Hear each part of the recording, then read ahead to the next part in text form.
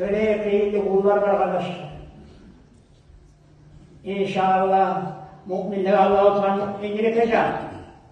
Ama asli kararlı Allah sallallahu şokuyla ağırlıklı var. Vay tarzı eğitimlerinde Peygamber ağzını erişiretip sürekli ayıkta eğitimlerine. Çok yeri terimiz sıcakta var. Şuraya kıyıyla kullar var arkadaşlar.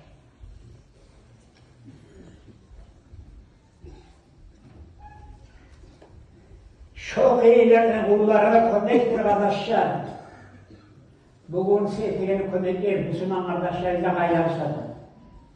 İnşallah.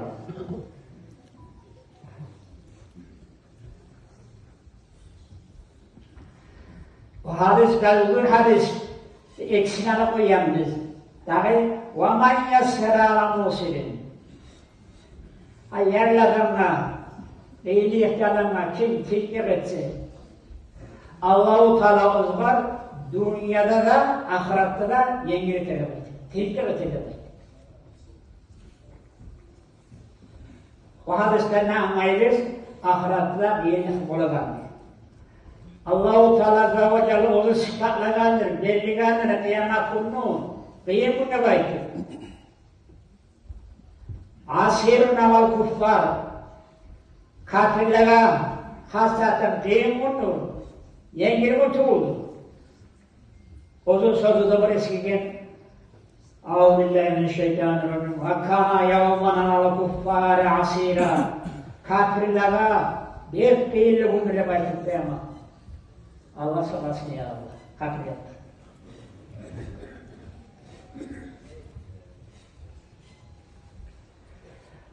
Yengeler mesleğini bula adamlarda. Mal yakından ekizap kuran bula. Birisi borcu sabah verip olmayı, sonra kıslamayı, ilmi zaman verirse, bulagamın çoğuyasa. Ya da barımda verip olmaymışsan, verip olanların insanına verip aytasın. O da yakşı kardeşler, bu da yakşı. Verip olmayı kuralına kıslamayı, aldığın ne çabuk var. Zamanı bir tane verip olmaymışsan, zaman koşar olan. Bir yıl, dağlara günce akşam üstüne koşar, tavsiyedik ki. Çok kuydu hatta, o ülkeden Allah'a çıkan olur. Onu karşısında biz de Peygamber sorarsan arıyor boş getiriyor. Zaman veririz diye. Başından tayyipleyin iletiriz diye. Şurada ulu yaşlılık diye.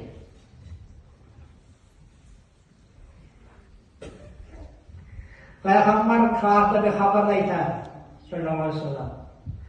Aldığım ummanlarda bir bay işi olan Saudi işi, ne deseler bir hadislerde, adamlarda boşka açık bir işi olan bu. O zaman boş adam verip bulma yerli bulsa, yemeğen adamlarına ait olur. Şundan bağışla koyarsınız. Çünkü kıstamazsınız evet. Allah-u Teala bağışla koyarmayı bizden ait olur.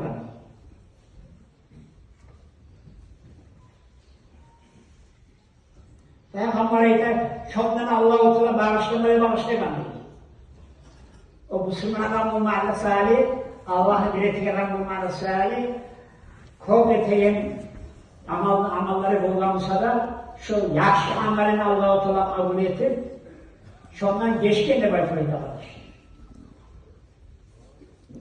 Şu değil yetkiye adamlar zaman verip, yengilenmez. Sonra Avrupa'ya kadar komünist arkadaşlar. Daha da Peygamber'in hadisi var. Kimi kuvandıransa, o zaman Tanrı'nın kutkarma Allah'ta kutkargandır değil. Kıyametini veyle arından. Kıyılı ihtiyarına konu gitsin, kıyılıktan çağırsın diye.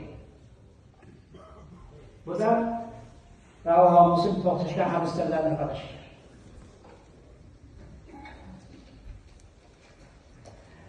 Allah-u Teala Azze ve Celle eskeri Euzubillahimineşşeytanirracim. Bismillahirrahmanirrahim.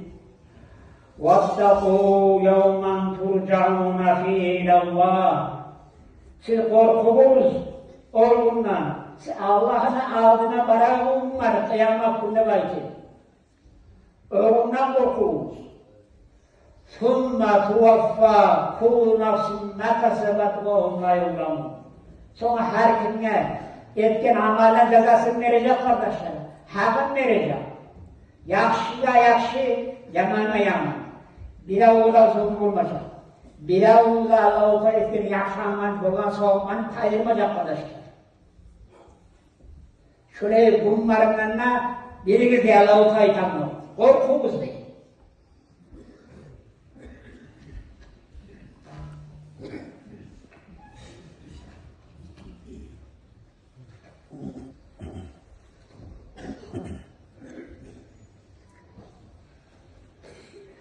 Sonra arkadaşlar, daha şimdi Cenab-ı Birman Şeyh'in var. Ama biz biliriz. Şu bolları vereyim.